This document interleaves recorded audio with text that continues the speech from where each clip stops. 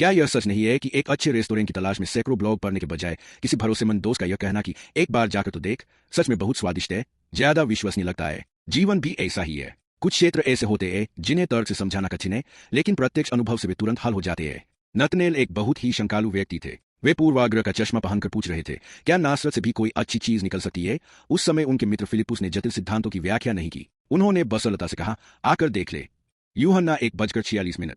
यहाँ देखना यूनानी शब्द हो रहा का अर्थ बहुत गहरा है।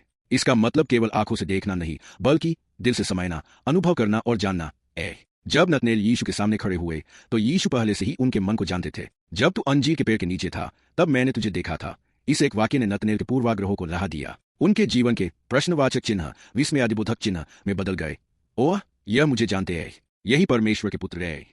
यीशु ने नतनेल से एक और भी बड़ा वादा किया, तुम स्वर्ग को खुला और परमेश्वर के स्वर्गदूतों को मनुष्य के पुत्र के ऊपर उतरते और चढ़ते देखोगे। पद 51। यह पुराने नियम के याकूब की सीए के दर्शन की पूर्णता है।